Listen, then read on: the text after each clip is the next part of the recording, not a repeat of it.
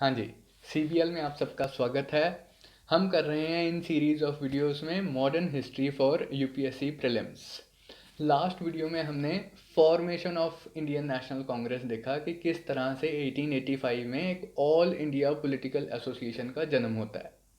अब ये जो कांग्रेस थी in the first 15-20 years of its existence काफ़ी ही माइल्ड पॉलिटिकल एजिटेशन में इंडल्ज करती है, इंगेज करती है।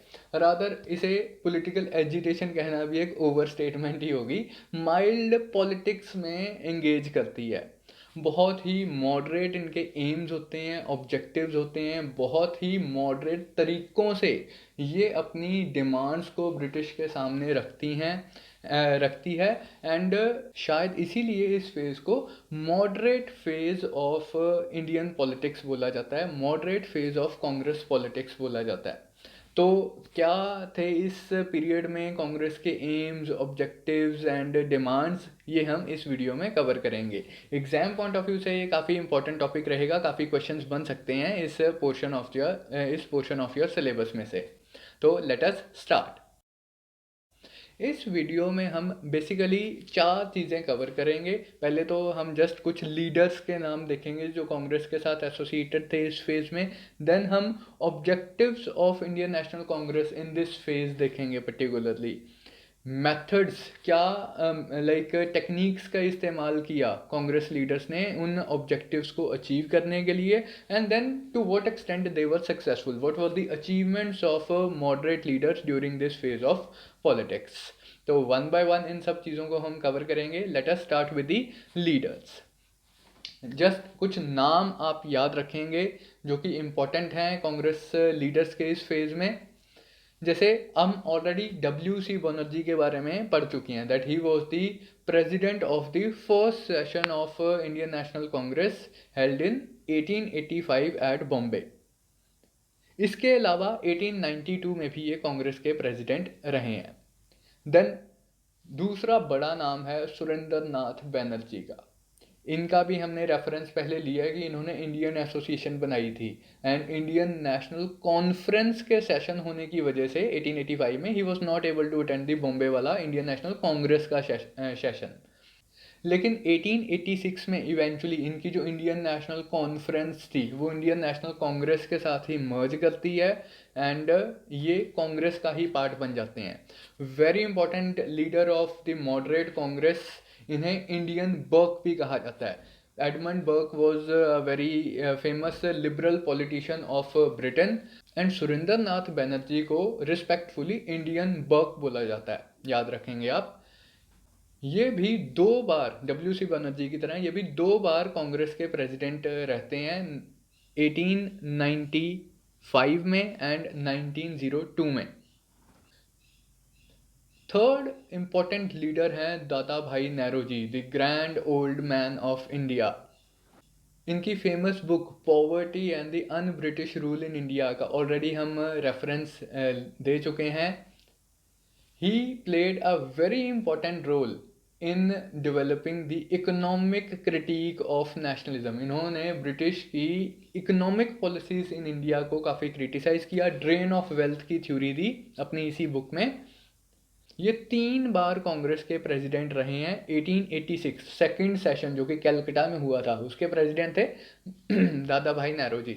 इसके अलावा 1893 में और 1906 में, 1906 में भी काफ़ी कंट्रोवर्शियल सेशन था एट कैलकटा। उसके प्रेसिडेंट भी दादा भाई नौरोजी थे। इसके बारे में हम एक्सट्रीमिस्ट वाली वीडियोस में पढ़ेंगे।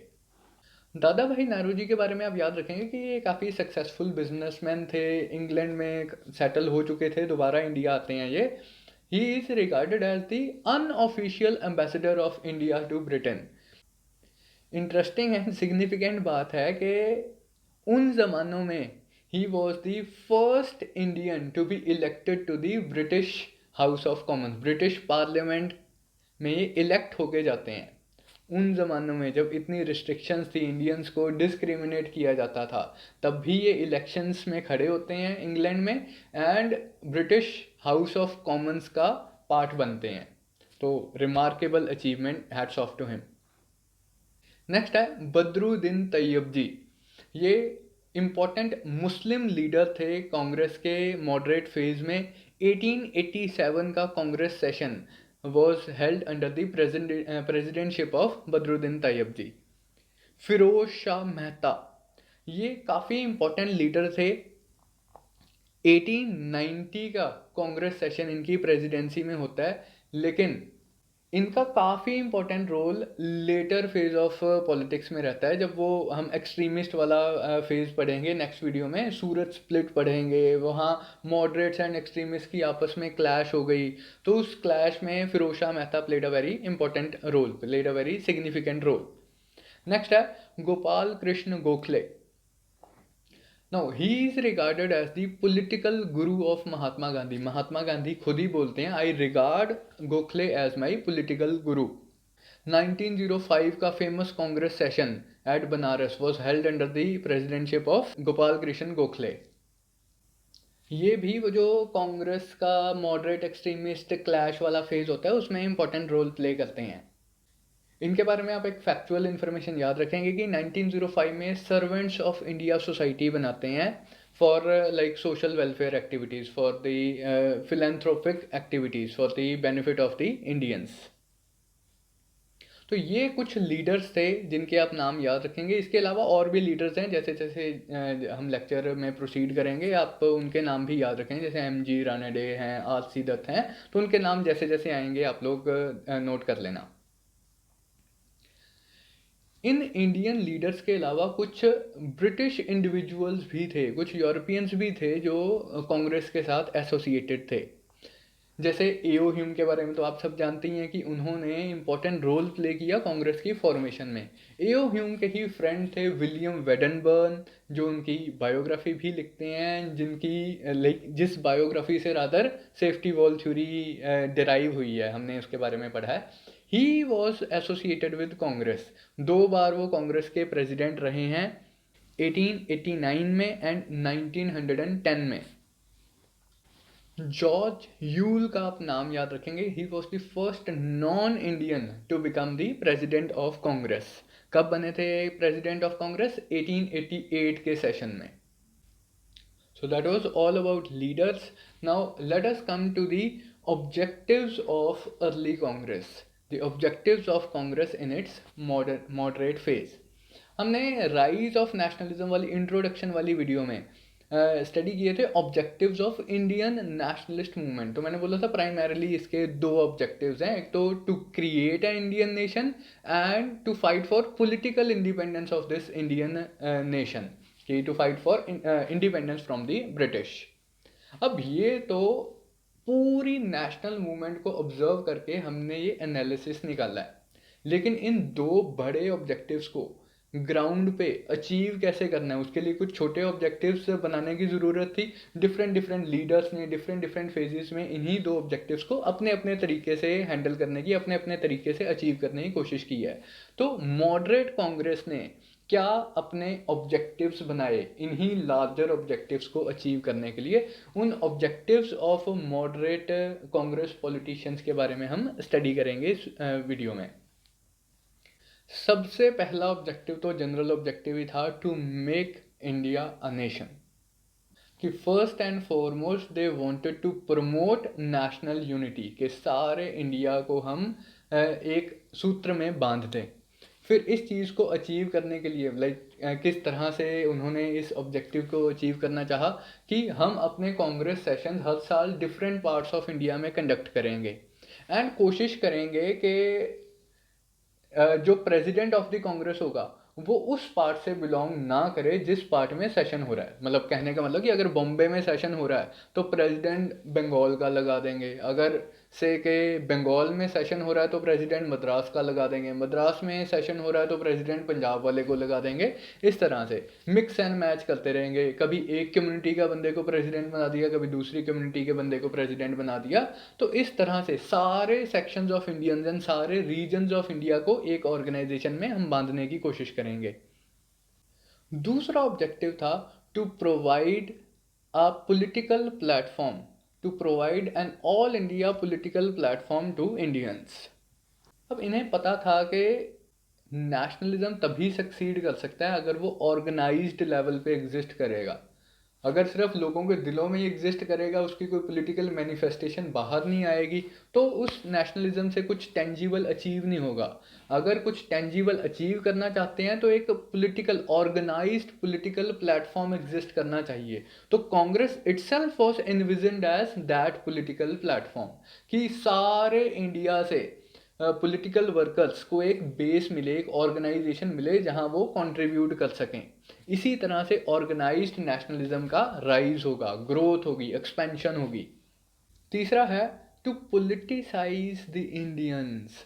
अब जो लोग ऑलरेडी पॉलिटिकली कॉन्शियस है वो तो ठीक है, वो तो उनको तो एक बेस प्रोवाइड कर दिया कांग्रेस ने कि आप इसमें पार्टिसिपेट, आप पॉलिटिक्स में पार्टिसिपेट कर सकते हो विद दिस प्लेटफॉर्म। लेकिन उन लोगों का क्या जिनमें अभी पॉलिटिकल कॉन्शियसनेस नहीं आई है, जो सिचुएशन को करेक्टली समझ ही नहीं रहे हैं कि वो सब्जुगेटेड हैं बाय दी ब्रिटिश। तो उन लोगों में पॉलिटिकल कॉन्शियसनेस राइज करवाना, पॉलिटिकल कॉन्शियसनेस को प्रमोट करना was one of the objectives of the Indian National Congress. अब इसमें यह है कि इंडियंस को सदियों सदियों से राजाओं के अंडर रहने की आदत थी, नवाबों निज़ामों के नीचे रहने की आदत थी। तो लाइक उन्हें ये बताना कि अब टाइम बदल चुका है, अब like new form of politics popular हो रही है दुनिया में जिसे हम डेमोक्रेसी बोलते हैं। तो इस आइडिया ऑफ डेमोक्रेसी को ही पॉपुलराइज करवाना, पॉलिटिकली कॉन्शियस बनाना हमारे सिटीजन्स को, हमारे लोगों को। लेकिन यहाँ पर ऊपर टर्म्स एंड कंडीशंस वाला स्टार लगा हुआ था। क्या टर्म्स एंड कंडीशंस थी? इनके हिसाब, मॉडरेट लीडर्स के हिसाब से ये जो पॉलिटिसाइजेशन ऑफ इंडियंस है ऑल एट वंस नहीं करते नहीं है कि सारे इंडियंस को आज हमने पॉलिटिसाइज कर दिया। ये स्टेप बाय स्टेप होगा। पहले हम एजुकेटेड इंडियंस के ऊपर फोकस करेंगे।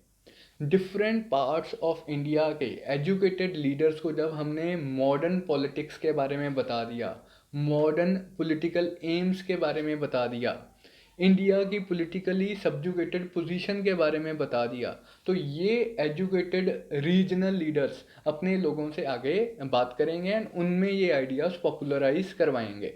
लेकिन अभी के लिए Congress as an organization would focus on educated elites from all the different regions of India.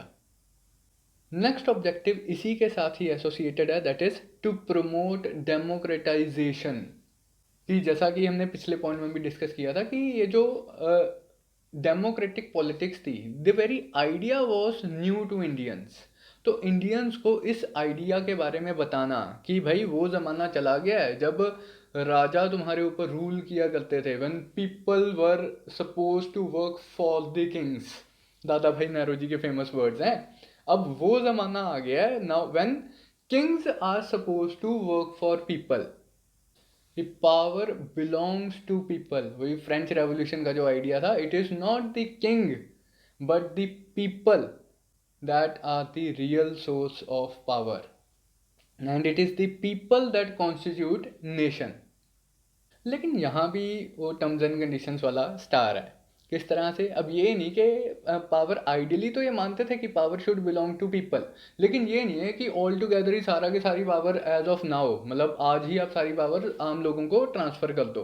अभी लोगों में ये आइडिया पॉपुलराइज ही नहीं हुआ है, इसलिए बिट्स एंड पार्ट्स में ही पावर ट्रांसफ़र होनी चाहिए धीरे धीरे। जैसे जैसे इंडियन लोग पॉलिटिकली मैच्योर होते हैं वैसे वैसे पावर भी उन्हें ट्रांसफ़र कर दी जाए। तो इसलिए ब्रिटिश गवर्नमेंट से ये changes in the constitutional structure demand करते हैं।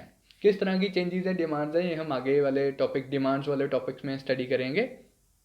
देन ये सारी बातें, ये जो डेमोक्रेटाइजेशन वाली बातें हैं, ये कांग्रेस लीडर सिर्फ प्रीच ही नहीं कर रहे थे, ये अपनी ऑर्गेनाइजेशन में उन बातों को इम्प्लीमेंट भी कर रहे थे।